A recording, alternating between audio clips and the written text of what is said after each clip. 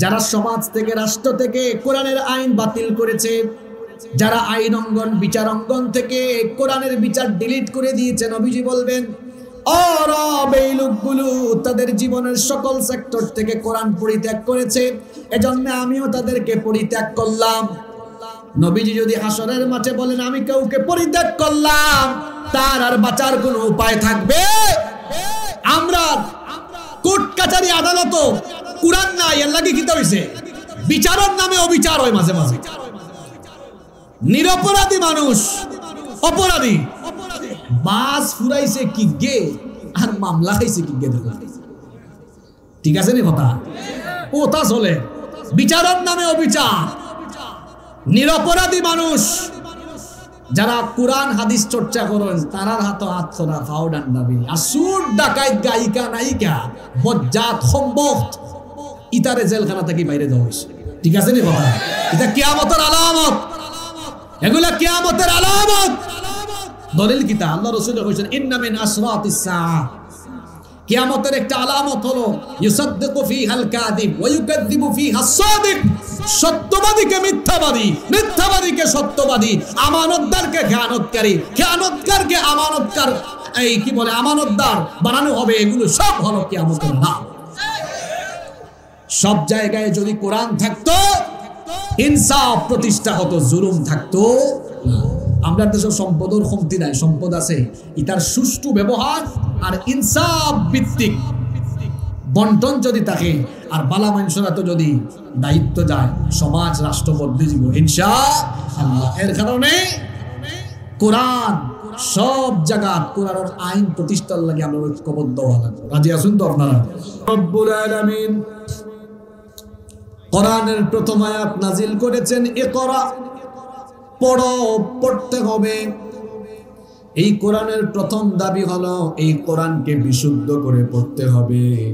আপনি আপনার মতো কোরআন তেলাওয়াত করলে চলবে না, কারণ রব্বুল আলামিন আদেশ করেছেন ওয়ারাত্তিলিল কোরআন তারতিলা,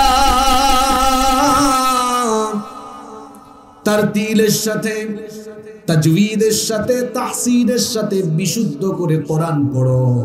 এই আদেশ যিনি করেছেন সবাই বলেন তিনি কি? আমাদের সমাজে বহু মুসলমান আছে, বয়স তো কম হলো না, কিন্তু এখনো পর্যন্ত বিশুদ্ধ করে কোরআন পড়তে পারে না। আল কোরআনের আলো ঘরে ঘরে আর সংসদে জ্বালানোর আগে কোরআনের রাষ্ট্র কায়েম করতে হলে 91% যে মুসলমান আছে, 91% মুসলমানদের অন্তরে আগে কোরআনের আলো জ্বালতে হবে, তাহলে এই দেশের প্রতি ইঞ্চি জমিনের উপরে কোরআনের আলো জ্বলে উঠবে। আল্লাহ রসুলের দাওয়াতর কর্মপন্থা হোক, আল্লাহ রসুলের দাওয়াত দেয়া ফলে আগে প্রতিষ্ঠান তৈরি করছেন দারুল আরকাম, এখানেও কি হইতো? দ্বীনি শিক্ষা দেওয়া হইতো। সুতরাং আগে কোরআন শিখা লাগবে, প্রত্যেকটা মানুষে কোরআন শুদ্ধ করে পড়া লাগবে।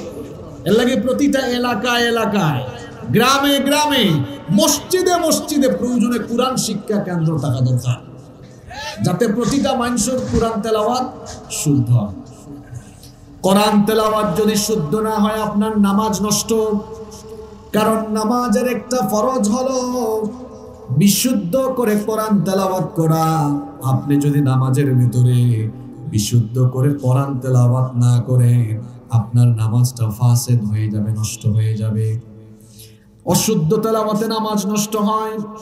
এই জন্য আপনার নামাজকে শুদ্ধ করে কবুলযোগ্য হিসাবে আল্লাহর কাছে তুলে ধরার জন্য কোরআন আপনাকে শুদ্ধ করে পড়তে হবে।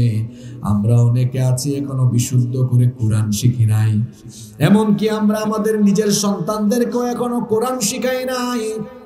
খবরদার, কোরআন না শিখে কবরে যাওয়া যাবে না। আমরা এই দুনিয়াতে চিরকাল থাকবো না, দুনিয়া থেকে আমরা সবাই একদিন চলে যাব, হাসরের মাঠে আল্লাহর সামনে একদিন দাঁড়াবো। এ ব্যাপারে কি কোনো সন্দেহ আছে নাকি? আরো জোরে, কোনো সন্দেহ নাই। দুনিয়া থেকে কোরআন না শিখে বিদায় হয়ে গেলে নবীজির সুপারিশ পাওয়া যাবে না। কিয়ামতের দিন নবীর সুপারিশ ছাড়া জান্নাতে যাওয়ার সুযোগ থাকবে না।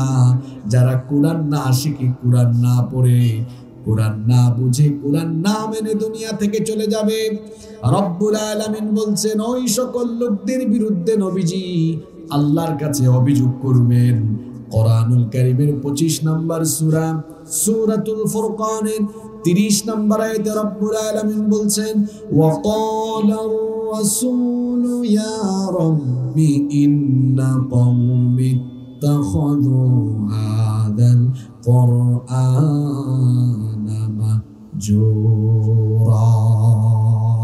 আল্লাহ তাআলা বলছেন রাসূল সেদিন বলবেন ইয়া রাব্বি, হ্যাঁ রব, ইন্না কওমি ইত্তাখাযু হাযাল কুরআনা মাহজুরা।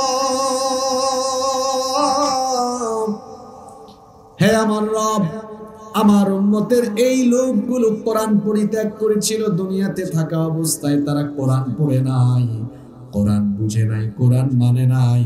নবীজি যদি কারো বিরুদ্ধে অভিযোগ করেন, ওই লোকটাকে নাজাত পাওয়ার কোনো সম্ভাবনা আছে নাকি?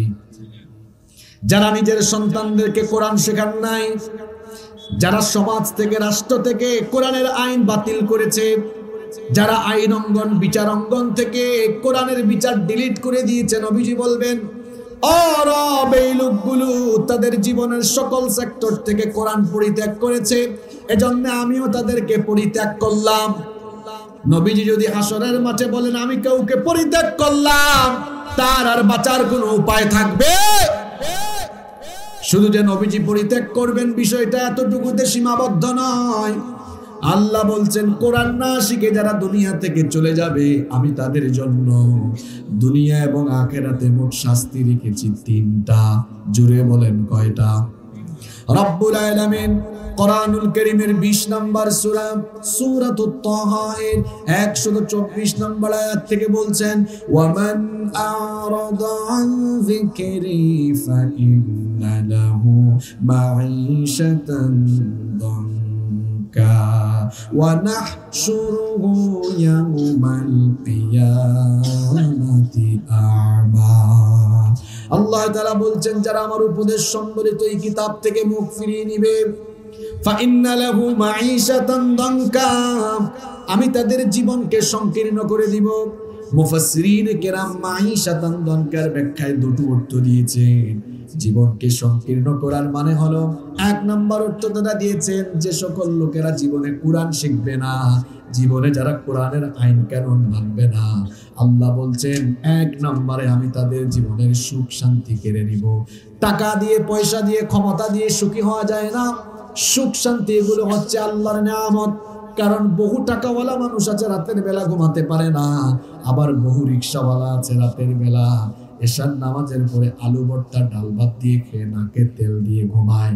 বুঝলাম না, রিকশাওয়ালার ঘুম আছে কিন্তু কোটিপতির ঘুম নাই। তাহলে বোঝা গেল ঘুম শুধু টাকা দিয়ে আসে না, ঘুম সুখ শান্তি যার দেয়া নিয়ামত তিনি কে? আরো জুড়ে বলেন। আল্লাহ বলছেন বান্দা তুমি তোমার জীবন থেকে কোরআন বাদ দিলে আমি তোমার জীবনের সুখ কেড়ে নিব। 2 নম্বর ব্যাখ্যায় মুফাসসিরগণ বলেছেন জীবন সংকীর্ণ করার মানে হলো এই লোকগুলো যখন দুনিয়া থেকে চলে যাবে, যখন তারা কবরের বাসিন্দা হবে, এই কবরটা বড় সংকীর্ণ জায়গা।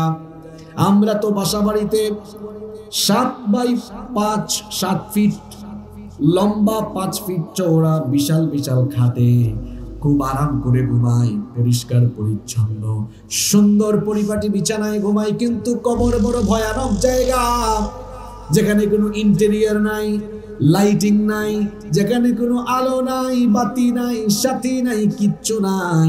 কোরআন না শিখে জীবনে কোরআন না মেনে যদি কেউ দুনিয়া থেকে চলে যায়, তার 2 নম্বর শাস্তি হলো তার কবরের 2 পাশের মাটি এক হয়ে যাবে, এমন ভাবে তাকে চাপ মারবে, এক পাশের পাঁজর গিয়ে অন্য পাশের পাঁজরে এভাবে ঢুকে যাবে।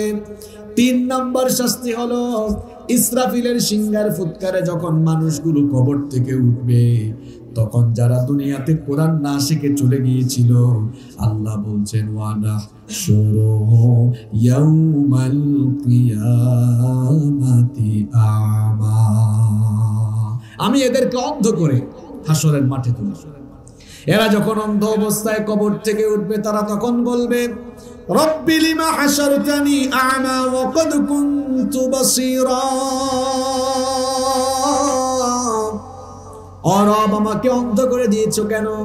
আমি তো অন্ধ ছিলাম না যতদিন দুনিয়াতে ছিলাম, চক্ষুষ্মান ছিলাম, আমি তো চোখে দেখতাম, তাহলে আজ আমাকে অন্ধ করে দিয়েছো কেন?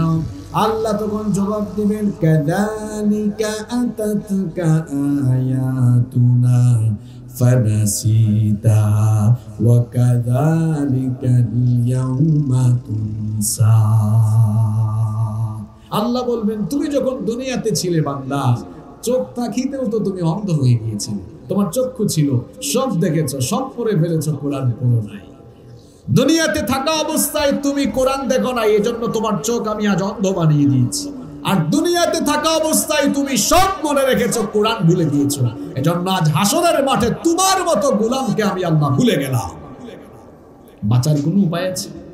আল্লাহ মুখ ফিরে নিলেন, নবীজিও মুখ ফিরে নিলেন।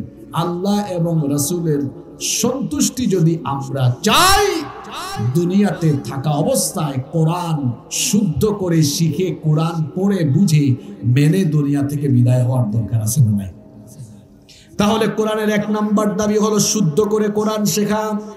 এখনো যারা বিশুদ্ধ করে কোরআন পারেন না, এখনই সিদ্ধান্ত নিন, আজকে রাত থেকে বিশুদ্ধ করে কোরআন শেখার জার্নি আপনি শুরু করবেন। নাম্বার 2, আমাদের প্রতি কোরআনের 2 নাম্বার দাবি হলো বেশি বেশি কোরআন তেলাওয়াত করা। এখন আমাদের ঘরে ঘরে কোরআনের তেলাওয়াত কমে গিয়েছে। আগে আমাদের চাচা চাচি, দাদা দাদি, নানা নানি, তাদেরকে দেখা যেত ফজরের পরে ঘরের মধ্যে তারা তেলাওয়াত করতেন। এখন আমাদের ঘরে ফজরের নামাজের পরে তেলাওয়াতের আওয়াজ শোনা যায় না, শুধু নাক ডাকানোর আওয়াজ শোনা যায়। 8টা 9টা পর্যন্ত ঘুমায়, সকালবেলা কোরআন পড়ে না। অথচ ফজরের পরে ঘুমায় যারা, অসুখ বিসুখ এবং নানা ধরনের সমস্যায় পড়ে তারা। সকালের ঘুম এটা সায়েন্টিফিক ভাবে স্বাস্থ্যসম্মত নয়। সকালবেলার সময় আপনি ফজরের সময়, ফজরের পরে দেখবেন একটা নির্মল হাওয়া আছে, এই হাওয়া ফ্রেশ হাওয়া, কারণ সকালের হাওয়ার ভেতরে মুনাফিকির কোনো গন্ধ পাওয়া যায় না।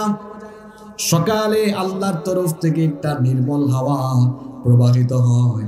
আর সকালবেলা উঠে যারা কাজ আরম্ভ করে, এদের জন্য দুনিয়ার কোনো পীর সাহেব দোয়া করে নাই, স্বয়ং ১৫০০ বছর আগে দোয়া করে গিয়েছেন মুহাম্মদ সাল্লাল্লাহু আলাইহি ওয়াসাল্লাম। ১৫০০ বছর আগে নবীজি আমাদের জন্য একটা দোয়া করে গিয়েছেন। নবীজি বলেছেন, আল্লাহুম্মা বারিক লি উম্মতি ফি বুকুরিহা।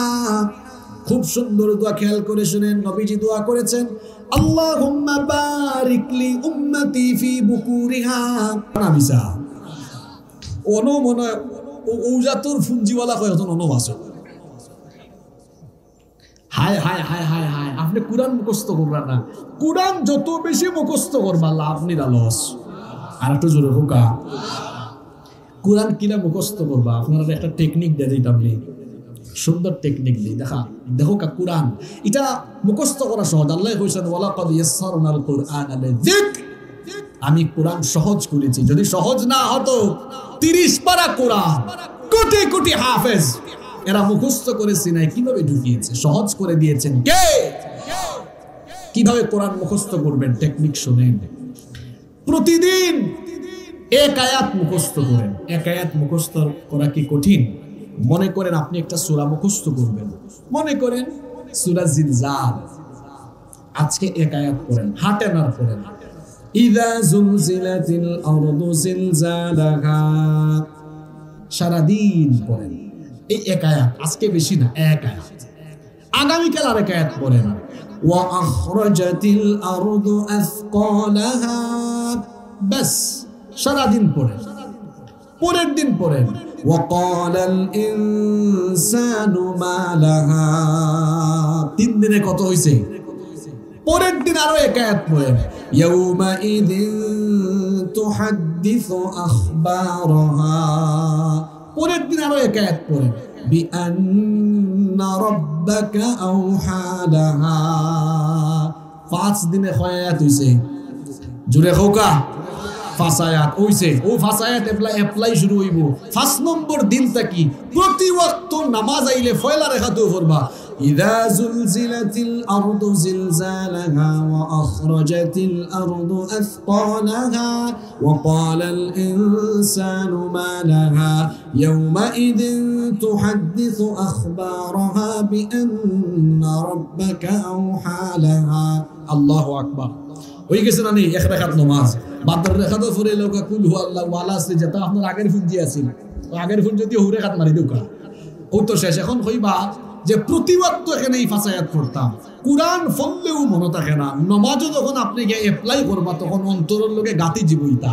ঠিক আছে রে কথা দেখবা যেটা সূরা আমরা সব সময় নামাজও পড়ি, যেমন আমি আপনারা কই কিছু সূরা আছে আপনারা জীবনে কোনোদিন মুখস্থ করছেন না, কিন্তু ইমাম সাহেবের ঘরে উপাই গেলে দেখা যায় বাদর আয়াত কিতা অনুমান হয়ে রাখা যায়। ঠিক আছে নি শুনতে শুনতে, যেমন বেশিরভাগ গাঁও গ্রামের মসজিদে দেখা যায় ফজরের নামাজ আম্মা ইয়াতাসাআলুন আনিন নাবাইল আযীম সাব্বিহ ইসমা রাব্বিকাল আ'লা ওয়াস সামাই ওয়াত তারিক, ওলা বাচ্চাটা সূরা আছে ইতা শুনতে শুনতে। যেমন আমরার গাঁওতে একবার ঘটনা একটা ঘটছে কিলা, আমি গেছি বাড়ি, এখন ইমাম সাহেব হলজন বল সাব্বিহ ইসমা রাব্বিকাল আ'লা আল্লাযী খালাকা ফাসাওয়া ওয়াল্লাযী কদ্দারা ফাহাদা ওয়াল্লাযী আখরাজাল মারাতান। 3 নম্বর আয়াত ছাইরা গেছে 4 নম্বর আয়াত। ওখান থেকে ও বেটা যে ও ফুঞ্জি 8-10টা সূরা হেন দিলাইছেন লুকমা ফিসন থেকে হলো লাগে কইলাম সালাম পিরানির বাদে সাসা কিতাবা ই আয়াত আপনি জানালি কইলা কইতে বাবা আজ 10-15 বছর ধরে শুনতে শুনতে এক সূরা এটা সারা আমার ভিতরে ঢুকে গেছে আলহামদুলিল্লাহ। ঠিক আছে না কথা মুকা সাহেব আমার কথা মিলেন নিলা কিছু সূরা ইলা আছে ইমাম সাহেব বললে মানুষের টার হইলা বুঝছি বাদরা সম্ভবত ওটা হইতো না।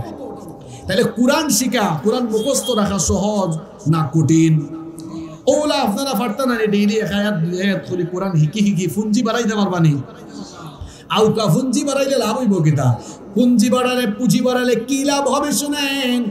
রব্বুল আলামিন হাসরের মাঠে কিয়ামতের দিন বলবেন, ও আল্লাহর বান্দা اقرأ وارتقي كما كنت ترتل في الدنيا فإن منزلتك عند آخر آية تقرأها। আল্লাহর বান্দা তুমি আজকে কোরআন পড়ো আর জান্নাতের সিঁড়ি বেয়ে বেয়ে জান্নাতের উঁচুতে আরোহণ করো। যে জায়গায় গিয়ে তোমার কোরআন পড়া থামবে ওই জায়গা জান্নাতে তোমার ঠিকানা হবে। তাইলে যত বেশি কোরআন মুখস্থ থাকবো জান্নাত মর্যাদা বাড়বো নিনা কমবো? আরো জুড়ে পারবো না কমবো?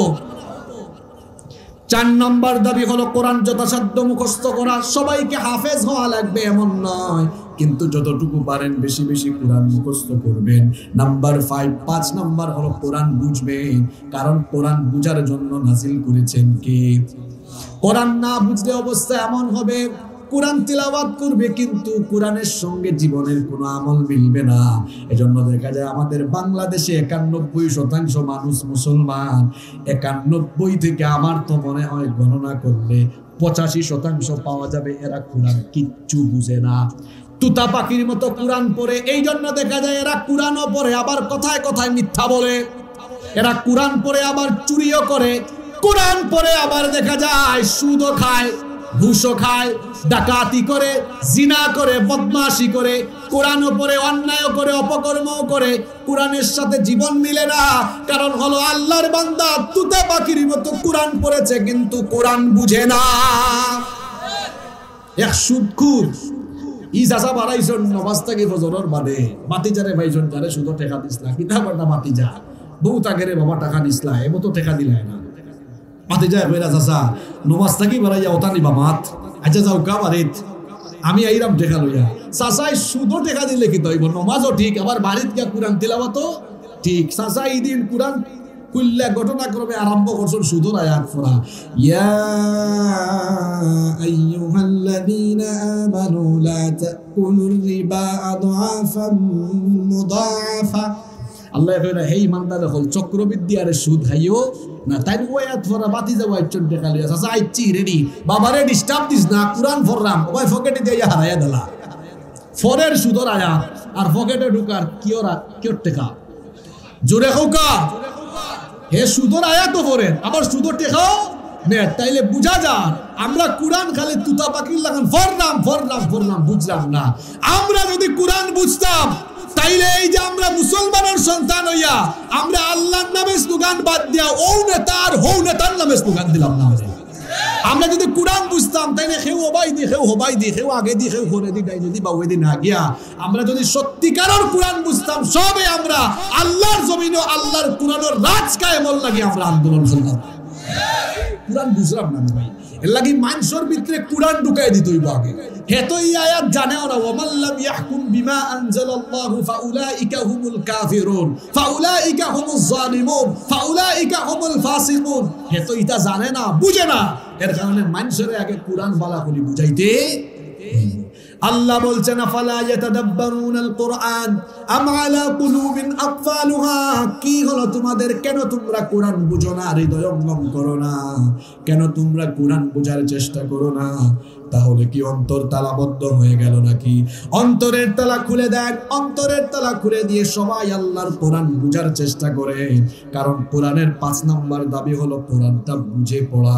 প্রত্যেকেই যদি আমরা বাড়িতে বাংলায় ট্রান্সলেট করা, বাংলায় তাফসীর করা কয়েক সেট তাফসীরের কিতাব রাখি, আর পরিবারের সবাই মিলে যদি আমরা কিতাব বুঝে বুঝে পড়ি, তাহলে দেখা যাবে জীবনের মধ্যে আমলের মধ্যে পরিবর্তন আসবে ইনশাআল্লাহ। 6 নম্বর হলো কোরআন অনুযায়ী আমল করা। শুধু কোরআন পড়লে চলবে না, বুঝলে চলবে না। কোরআনে যেগুলো হালাল করা হয়েছে সেগুলো মানবো, যেগুলো থেকে নিষেধ করা হয়েছে সেগুলো ছেড়ে দিব। কোরআন অনুযায়ী আমল করলে পুরস্কার দিবেন কে? এজন্য নবীজি বলেছেন মান ক্বালা বিহি সাদাকা ওয়া মান আমিলা বিহি উজরা। কোরআন থেকে যারা কথা বলে তারা সত্য কথা বলে, আর কোরআন অনুযায়ী যারা আমল করে তাদেরকে যিনি পুরস্কৃত করবেন তিনি কে? 7 নম্বর হচ্ছে মানুষকে কোরআনের দাওয়াত দেওয়া।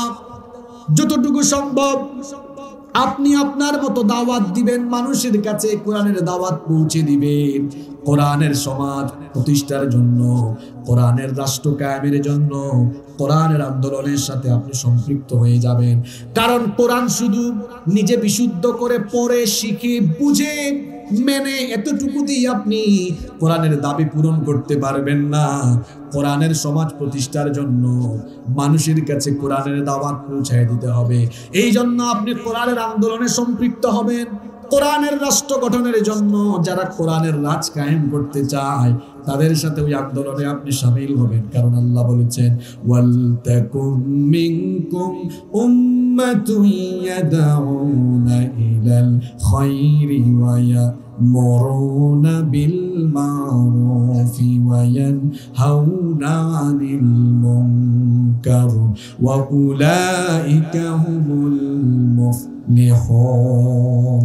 আল্লাহ বলছেন তোমাদের মধ্যে এমন একটা দল থাকা উচিত, এমন কিছু লোক থাকা উচিত যারা মানুষদেরকে সৎ কাজের আদেশ দিবে, অসৎ কাজে বারণ করবে। ইসলামটা কত সুন্দর দেখেন, আপনি শুধু ভালো কাজ করলেই হবে না, বরং মানুষকে ভালো কাজের দিকে আপনাকে দাওয়াত দিতে হবে। আপনি যদি সৎ কাজের আদেশ আর অসৎ কাজ থেকে মানুষকে নিষেধ না করেন, আর নিজে যদি শুধু সৎ কাজ করতে থাকেন, দাওয়াতি কাজে সম্পৃক্ত যদি না হন, সৎ কাজের আদেশ আর অসৎ কাজ থেকে যদি নিজেকে গুটায় ফেলেন, তাহলে আল্লাহর আযাব থেকে নিজেকে বাঁচানো যাবে। যেমন দেখেন দাউদ আলাইহিস সালামের ঘটনা। দাউদ আলাইহিস সালামের সময়ে শনিবারের দিনে মাছ ধরা নিষিদ্ধ ছিল।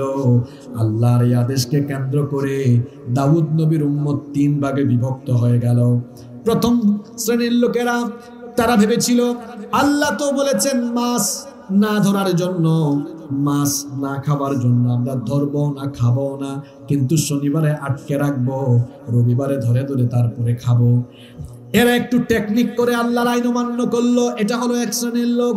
দ্বিতীয় শ্রেণীর লোক হলো এরা মাছ ধরলো না, আটকাইলো না, খাইলো না, আল্লাহর আদেশ পূর্ণাঙ্গ মানলো, কিন্তু যারা মাছ আটকাইতেছে তাদেরকে গিয়ে বাধা দিল না। এরকম কিছু সুফি স্বভাবের মানুষ আমাদের সমাজে আছে। নিজে খুব ভালো মানুষ, সমাজে অন্যায় চলে, অপকর্ম চলে, অন্যায় অপকর্মের বিরুদ্ধে কথা বলে না, অন্যায় অপকর্মের বিরুদ্ধে দাঁড়ায় না, আছে না নাই? এরকম স্বভাবের মানুষ। আর 3 নম্বর স্বভাবের আর 3 নম্বর শ্রেণী ছিল এরা মাছ ধরে নাই, আটকায় নাই, খায় নাই, আল্লাহর আদেশ পূর্ণাঙ্গ মানলো, কিন্তু যারা মাছ আটকাইতেছে তাদেরকে গিয়ে বাধা দিল।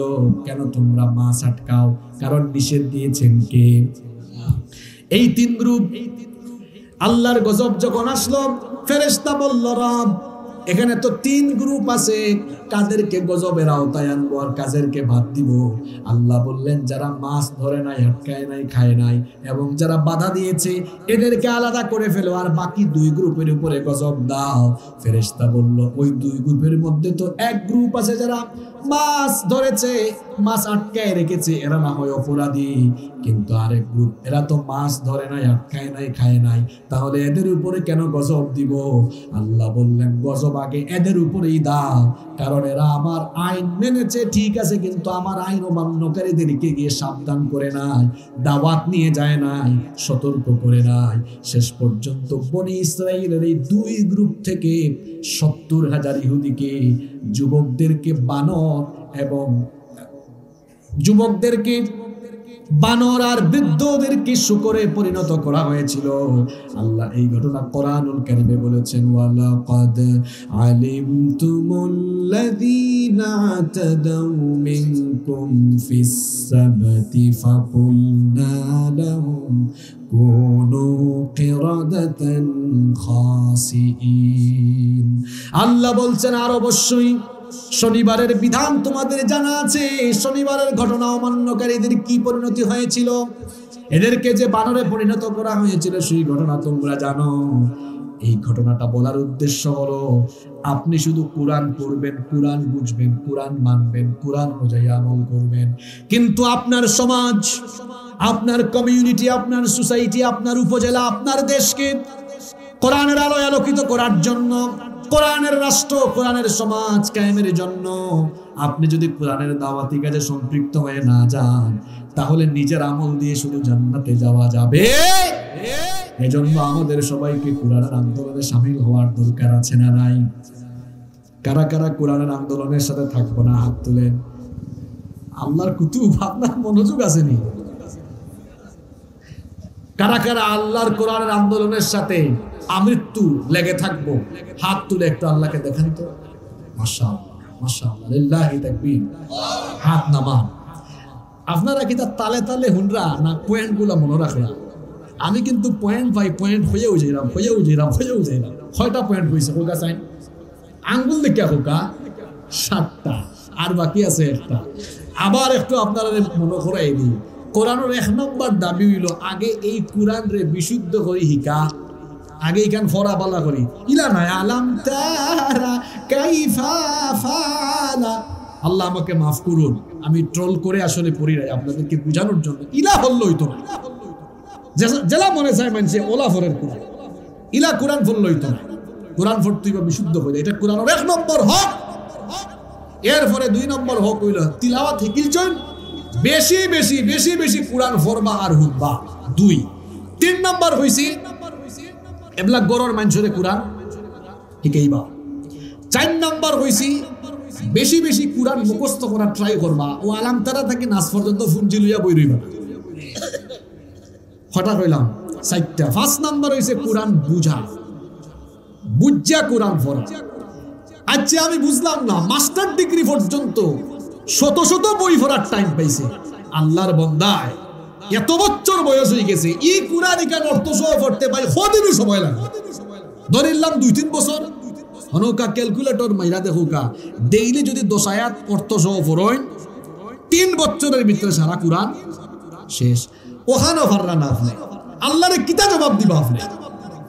অনেকে কয় আমি আশিকে রসুল, কি জাত নবী পাগলা। আমি একদিন ভাইছিলাম ফকগুরে, কইলাম তুমি যে তুমি করা, তারা তো কত জাত। সে কয় আমি গরম শুননি, আরেককে কয় আমি ঠান্ডা শুননি, ঠিকই কয় আমি হালকার মাঝে ঝাপসা, আরেককে কয় আমি মাঝামাঝি আছি। বেশি গরম হইলো লস, বেশি ঠান্ডা হইলো তো কলটিতে আটকায় গেলাম। দেবতার ভালো হল সুন্নি হইছে, অসুবিধা নাই, গরম সুন্নি। আমারে খো আগে রাসূলুল্লাহর জীবনে সাল্লাল্লাহু আলাইহি ওয়াসাল্লাম আগাগুড়া জন্ম থেকে ওফাত পর্যন্ত ফরছো খেখে আছে, অঙ্ক আর আতুত না। হইলাম প্রত্যেক বছর সিন্নি আর জিলাফি খাইছো, ইকান হইলে তো আত উঠব বরবরাই অকলটি। কিন্তু রাসূলুল্লাহর জীবনে কয়জনে পড়ছো? আমিও যদি ইকানো জিগাই আপনারা কয়জনে পড়ছেন, বেশি আত উঠতো না। ও হইছে রাসূল প্রেমর নমুনা। অমুকর জীবনী তমুকর জীবনী পড়ার টাইম হইল আমার রাসূলুল্লাহ সাল্লাল্লাহু আলাইহি ওয়াসাল্লামের জীবনী পড়বার আপনার সময় হলো না। পৃথিবীর ইতিহাসের মহামানব, পৃথিবীর অবিস্মরণীয় অতুলনীয় ব্যক্তিত্ব, যার সঙ্গে পৃথিবীর অন্য কোন মানুষের তুলনাও চলে না। আল্লাহু আকবার। খালি সুবহানাল্লাহ হইতাম পারি আমরা, আর মাশাআল্লাহ হইতাম পারি, নবীজির জীবনী পড়তাম পারি না। আজকে একটা আমল সবে লইয়া যাক, সিদ্ধান্ত লোক আগামী বছর বর্ণি মাহফিল ওইবার আগে সবে আমরা রাসূলুল্লাহর জীবনী একবার পড়িয়া এর মানে মাহফিল হইল পারবান ইনশাআল্লাহ। আর বিয়া শাদীত কত জাতের গিফট খলস, এবারে কিতা ফিল্টার, ব্লেন্ডার, আরো হুকা না কুতা ওটা কত তা হায় রে হায়, দেউকা অসুবিধা নাই। ওটার লগে এক সেট কোরআনের তাফসীর, এক সেট তাফহিমুল কোরআন, জিলালুল কোরআন, মারিফুল কোরআন, ইবনে কাসির, এটা তো বাংলা আছে, ওটা হারাইয়া দিবা ফেকেটো। আর আর রাহিকুল মাকতুম, সিরাত ইবনে হিশাম, ওটা কিছু দিবা। আমি তো যত বিয়াত যাই অত বড় কার্টন থাকে, কয়লা মানুষে পাবে আজকে মনে হয় হুজুরে বুটটা লই আইছে, আসলে বুটটা বুট টাকার বই তো 4-5 টাকার বই, তুললে দেখা যায় বইয়া বই। আপনি এগুলা দিবা মানুষ পারবা তো ইনশাআল্লাহ। আমার হকলে পইলিয়া গেলে তো যারার বিয়া আর ক্ষতি, অত বই তারা কই দিত, কথাও দিবা লগে বইও দিবা, পারবা তো ইনশাআল্লাহ। 6 নম্বর হইল কুরআন অনুযায়ী আমল করা, আর 7 নম্বর হইছে মানুষের কুরআনের দাওয়াত। 8 নম্বর দাবি হলো কুরআন অনুযায়ী ব্যক্তি থেকে নিয়ে রাষ্ট্র পর্যন্ত জীবনের সবকিছু কোরআন দিয়ে পরিচালনা করা। এখন দেখেন আমাদের জীবনে কোরআন থাকলেও সমাজে নাই, শিক্ষাঙ্গনে নাই। এই যে শিক্ষা সিলেবাসে সব আছে কিন্তু কোরআন নাই। ভূমিকম্প আগামীতে খবর আছে, আসলা কেন আপনারা? আল্লাহ রসুলের হাদিস শুনাই যে রামাসের কথা না, আল্লাহ রসুলে কইছেন কিয়ামতের আগে সিরিজ ভূমিকম্প আসবে, সিরিজ একটার বাদে। আপনারা টিভি খবর দেখছেন না, তুরস্ক ভূমিকম্প হওয়ার বাদে আফটার শক, মানে ভূমিকম্পের বাদেও আরো কয়েক শতবার তুরস্ক হাইফে উঠছে। এটারে বিজ্ঞানের ভাষায় হয় আফটার শক। কিয়ামতের আগে গণ গণ ভূমিকম্প হইব, হাজার হাজার লক্ষ লক্ষ মানুষ মারা যাইব। এটা আল্লাহ রসুলের কথা, এটা মিছা না। ভূমিকম্প আইব, ভূমিকম্পর বহুত কারণ আছে। গতকালকের ওয়াজও আমি বেশ লম্বা একটা হাদিস খুঁজলাম যে ভূমিকম্প আইব কোন কোন ফাফ করলে, লম্বা করে খুঁজলাম। এটা আপনারা হনে নিবা। আমি ওখান থেকে 2-3টা কথা কই। ভূমিকম্প হওয়ার একটা কারণ হইল ওয়াতু আল্লিমা লিগাইরিদ দ্বীন, যখন মুসলমানের সমাজও তার শিক্ষা ব্যবস্থাটা কি ইলমে দ্বীন, দিন শিক্ষারে বাদ দেওয়া হইব, ইগুন্তরে সাইজ করবার লাগি ভূমিকম্প ফাটাইবাকে। আল্লাহ রাসূল কইছেন হাসফান ওয়া মাসখান ওয়া কাযফান, খালি ভূমিকম্প নাই, ইনো 3 জাতর গজবর কথা কওয়া হইছে। হাসফান ওয়া মাসখান ওয়া কাযফান, ভূমিকম্প আইব। দাবানল আখতা আগুন, দেখছেন নি কয়েক মাস আগে ইউরোপ আমেরিকাত আখতা আগুন লাগি যায়, কোনো বাইতে আগুনের কোনো নিশানা নাই, আগুন লাগি গেছে, চেহারার বিকৃতি ঘটল। ইটা গজব সামনে আর এই সকল গজব সামনে দিয়া আমরা সিলেবাসে অকলতা রাখিচ্ছি, দলাদলি হকলতা করে লাভ নাই। বিএনপি করি, জাতীয় পার্টি করি, সব কিন্তু মুসলমান আমরা। সুতরাং আমরার বাচ্চান্তরে দিনী শিক্ষা দেওয়াও এটা রাজনৈতিক দাবি হওয়া উচিত নাই, এটা উচিত প্রত্যেকটা মানুষের ইমানি দাবি হওয়া।